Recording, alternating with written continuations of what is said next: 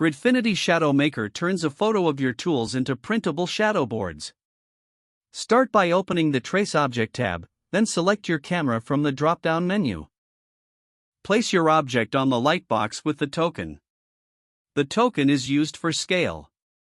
When you're ready, name your file and press Capture Photo.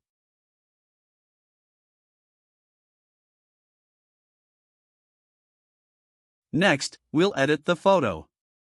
Click Edit, and start by cropping the image. The tracing process works best with white borders around the object. Once cropped, you can clean up the photo by drawing directly on the canvas. Use the brush tool for freeform touch-ups, or the rectangle and ellipse tools for simple shapes.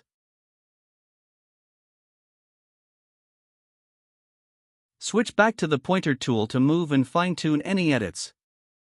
When you're ready, save your file. Load the photo you want to trace. The outline is detected automatically using the current trace settings. If the outline doesn't look right, adjust the threshold and try again. When you're happy with the result, transfer it to the canvas. The shape is added and ready to use. On the canvas, you can add text, basic shapes, or other DXF files to build your shadow board. In this example, we add a text title for the item, then finish by adding an oval finger slot.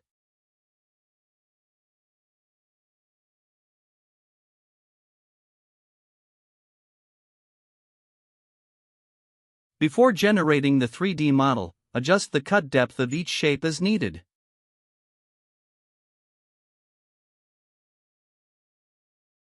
Finally, generate the 3D model by pressing Generate STL. After a few seconds, the model appears in the 3D viewer. Take a moment to review it before downloading the STL. And that's it, your shadow board is complete. Bring it into your favorite slicer, apply color to the text and cutouts, then slice and print. The goal of Gridfinity Shadow Maker is simple, from tool in hand to pressing print in under 5 minutes.